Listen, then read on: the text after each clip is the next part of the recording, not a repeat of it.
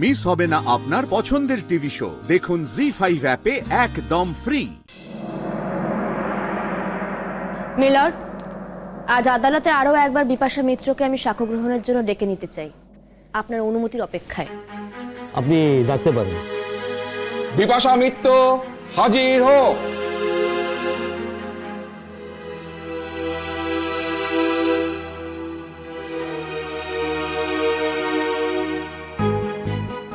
বলুন, যাহা বলিব সত্য বলিব, সত্য বই মিথ্যে বলিব না। যাহা বলিব সত্য বলিব, সত্য বই মিথ্যা বলিব না।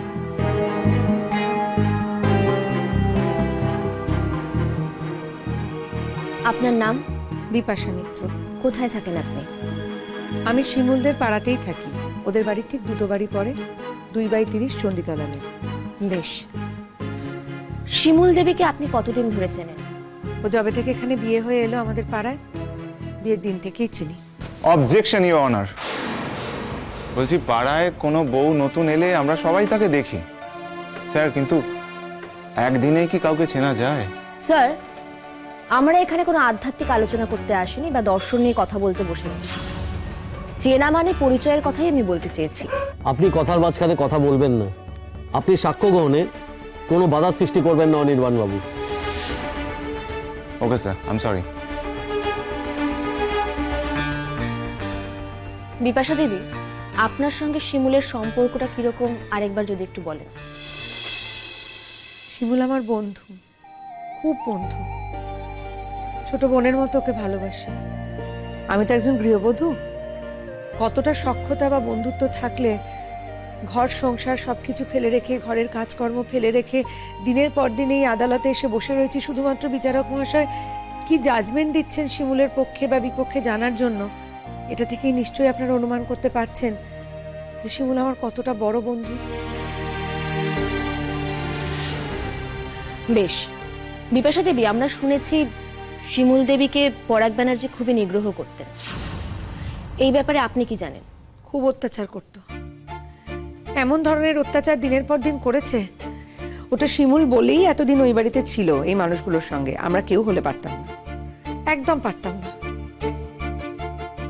আপনি অত্যাচারের বর্ণনাগুলো দিতে পারবেন দয়া করে? দেখুন, অত্যাচারগুলো তো আর আমি রেকর্ড করে রাখিনি, আমার কাছে ভিডিও করা নেই যে এক্ষুনি বললেই আমি প্রমাণগুলো তুলে দিতে পারবো। কিন্তু আমি মৌখিক বর্ণনা অবশ্যই দিতে পারি। বন্ধু হিসেবে যেটুকু ওর কাছ থেকে জানতে পেরেছি তার মৌখিক বর্ণনা দিতে পারি। তবে হ্যাঁ, আমার মৌখিক বর্ণনা আপনাকে সন্তুষ্ট করবে কিনা সেটা তো বলতে পারবো না। যদি আপনার পছন্দ না হয় তাহলে আপনি আমাকে মিথ্যেবাদী প্রমাণ করার চেষ্টা করবেন। যদি আপনি আমাকে সেই গ্যারান্টি দেন যে আমার মৌখিক বর্ণনায় আপনি সন্তুষ্ট হবেন, বিশ্বাস করবেন, নিশ্চয়ই বলবেন। আপনি কার সঙ্গে কথা বলছেন সেটা ভুলে যাচ্ছেন। না, কেন ভুলে যাব?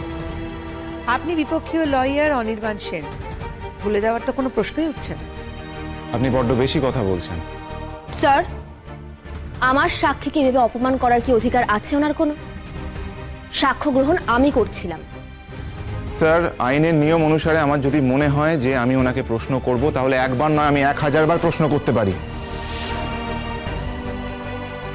আর আশা করি এই অধিকারটা আমাকে দেওয়া হবে। 100 বার প্রশ্ন করতে পারেন, নিশ্চয়ই প্রশ্ন করতে পারেন, এবং সেই প্রশ্নগুলোর উত্তরও আমি দিতে বাধ্য। উত্তর আমার কাছে রয়েছে, আমি নিশ্চয়ই দেব।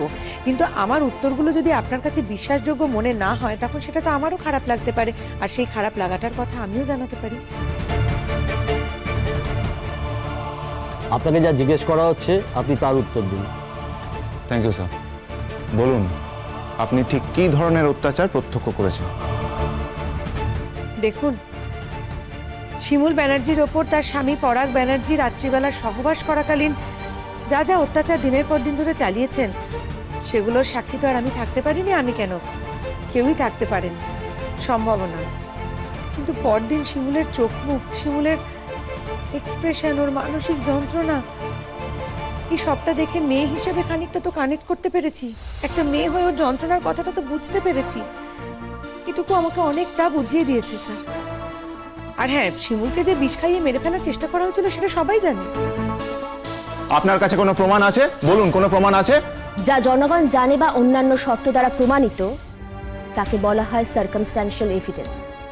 তার জন্য সবটা জানতেই হবে বা দেখতেই হবে সবটা, তার কিন্তু কোনো মানে নেই। না, সেই প্রমাণও তো রয়েছে ম্যাডাম। আমি এবং আমার বন্ধুরা, শিমুল, সবাই তো সেখানে উপস্থিত ছিল। যে শরবত আমরা খেয়েছি সেই একই শরবত শিমুলকেও খাওয়ানো হয়েছে, অথচ আমাদের কারোর কিছু হলো না, একা শিমুল অসুস্থ হয়ে পড়লো। এবং এই শরবতটা বানিয়েছিল এই যে ওর স্বামী পরাগ, পলাশ এবং প্রতীক্ষা, এখন ওর ওয়াইফ হয়েছে, আগে ওর ওয়াইফ ছিল না। ওরা মিলেই শরবতটা বানিয়েছিল।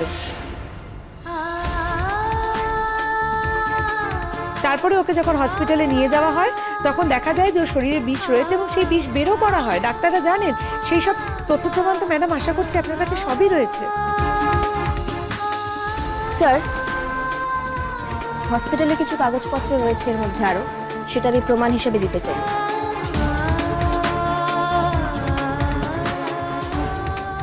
স্যার, আমার এখানে একটা বিষয় বলার আছে। আপনি যদি সবকিছুই জানতেন তাহলে এতদিন ধরে থানা পুলিশ করেননি কেন? কারণ আমার বন্ধু শিমুল ব্যানার্জি চেয়েছিল তার সংসারটাকে টিকিয়ে রাখতে। সংসার ভেঙে দিতে কোনো মেয়েই চায় না, শিমুলও চায়নি। বিনিময়ে পরাগ ব্যানার্জি যে তার কাছে ভিক্ষা চেয়েছিল যাতে ওকে ফাঁসিয়ে দেওয়া না হয়, সত্য গোপন করা হয়, সেটা কি আপনারা জানেন? তার বিনিময়ে শিমুল যেটা করেছিল, 5 লক্ষ টাকা পরাগের কাছ থেকে চেয়ে নিয়েছিল। এই 5 লক্ষ টাকা কিন্তু শিমুলের শাশুড়ি মা মধুবালা দেবী এবং শিমুলের ননদ পুতুল তাদের অ্যাকাউন্টেই জমা পড়েছিল। আপনি খোঁজ নিয়ে দেখতে পারেন। যেহেতু তার ছেলেরা, মধুবালা দেবীর ছেলেরা, শিমুলের হাজবেন্ড এবং তার দেওর তার মাকে দেখাশোনা করতো না, বোনেরও দেখাশোনা করতো না, তাই জন্য তাদের ভবিষ্যৎ সুরক্ষিত করতেই এই 5 লক্ষ টাকা পরাগের কাছ থেকে চেয়ে শিমুল তাদেরই অ্যাকাউন্টে জমা করে রেখেছিল, যাতে ওদের ভবিষ্যৎটা নিশ্চিত থাকে। এবং বিনিময়ে পরাগের সত্যটা ও গোপন করেছিল। পরাগকে ফাঁসিয়ে দিতেও চাইনি। এটা থেকে নিশ্চয়ই আপনারা সকলে অনুমান করতে পারবেন যে একটা মেয়ে তার শ্বশুরবাড়িকে কতটা ভালোবাসলে, শ্বশুরবাড়ির প্রতি কতটা কর্তব্য পরায়ণ হলে এই কাজটা করতে পারে। কতভাবে শিমুল চেষ্টা করেছে শ্বশুরবাড়ির প্রত্যেকটা মানুষের পাশে থাকার। হ্যাঁ, আর সেই জন্যই ওনার প্রাক্তন শাশুড়ি সবার সামনে বলে গেলেন যে ওনার ছেলেকে উনিই বিষ খাইয়ে মারতে চেয়েছিলেন। সবার সামনে আমরা শুনেছি স্যার এটা। এই কথাটা থেকে কিন্তু এটা প্রমাণ হয় না যে শিমুল শাশুড়ি মা আবার শ্বশুরবাড়ি কারুর পাশে দাঁড়াতে চায়নি। দেখুন, এই পৃথিবীতে যদি সবাই সবার উপকারের কথা মনে রাখতো না, তাহলে তো পৃথিবীটাই অন্যরকম হতো। আপনার দরবারে কোনো মানুষের আসার আর প্রয়োজন হতো না স্যার। আশা করি এইটুকুর মান্যতা আপনারা দেবেন। আপনি বলুন তো, আর্থিক কি কি সমস্যার মধ্যে পড়তে হয়েছিল শিমুল দেবীকে? শিমুলের সঙ্গে সম্পর্ক থাকাকালীন, মানে তখনও ডিভোর্স হয়নি শিমুলের সঙ্গে পরাগের, তখনই পরাগের প্রিয়াঙ্কা বলে আরেকটি মেয়ের সঙ্গে সম্পর্ক তৈরি হয় এবং শিমুলের উপস্থিতিতে, বাড়ির সকলের উপস্থিতিতে তাকে নিয়েও বাড়িতে নিয়মিত আসা যাওয়া শুরু করে। ইভেন শিমুল তো বেশ কয়েকবার ওদের দুজনকে ঘরের মধ্যে ঘনিষ্ঠ অবস্থাতেও দেখেছে। বলুন তো, এটা একটা মেয়ের জন্য ট্রমা নয়? মানসিক নির্যাতন নয়? তখনও তো শিমুলের সঙ্গে ডিভোর্সই হয়নি এবং তার ইমিডিয়েট পর থেকে শুরু হতে থাকে শিমুলের ওপর চাপ দেওয়া, যাতে শিমুল ওকে ডিভোর্স দিয়ে দেয় পরাগকে, এবং পরাগ যাতে ওই প্রিয়াঙ্কা বলে মেয়েটিকে বিয়ে করতে পারে।